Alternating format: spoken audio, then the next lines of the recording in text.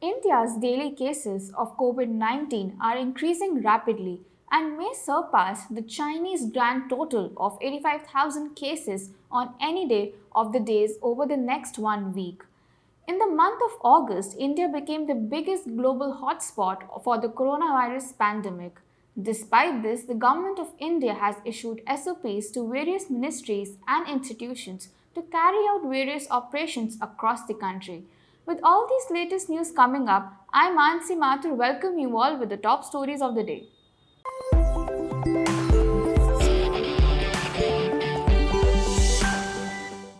Delhi Metro has issued SOPs or standard operating procedures for the people of Delhi as the metro services are expected to resume by 7th September. It has been more than 5 months since the metro services in the national capital have not operated due to the ongoing COVID-19 pandemic. Now, let us have a glance at some COVID-19 statistics across the country. India records more than 84,000 fresh cases of COVID-19 in the last 24 hours. This is the highest single-day spike in the number of COVID-19 cases. With this, the total tally of COVID-19 has crossed the 38 lakh mark. Maharashtra remains the hardest hit state by the pandemic with more than 7.8 lakh cases recorded so far. However, on a positive note, India has conducted over 1 million COVID-19 tests in the last 24 hours. Moving on, Prime Minister Narendra Modi delivered a special keynote address at the US-India Strategic Partnership Forum's 3rd Annual Leadership Summit via video conferencing. The theme of the summit is US-India Navigating New Challenges.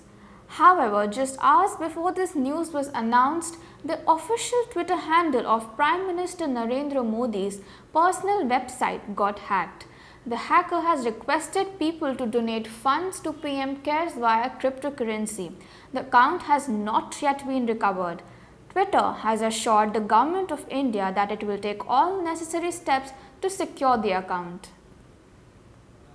Moving on, to tackle the rise of ongoing tensions between India and China, the Army Chief General of India, Naravane, has gone on a 2-day visit to Ladakh earlier this morning.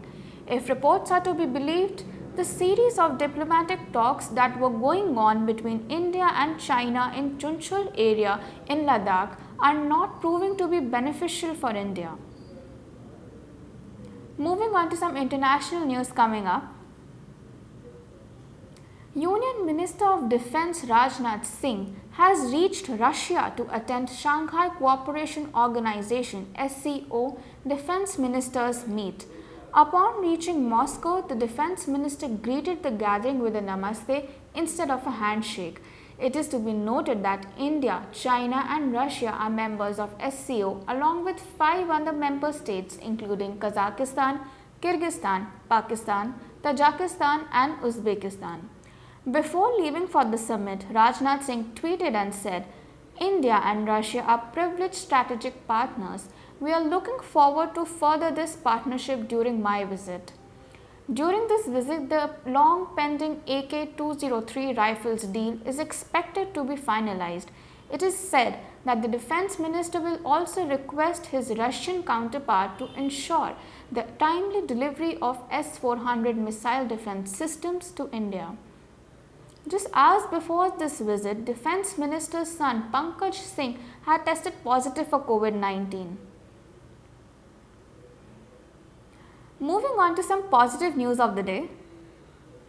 Japan carries out its first successful test flight of a flying car. You heard it right.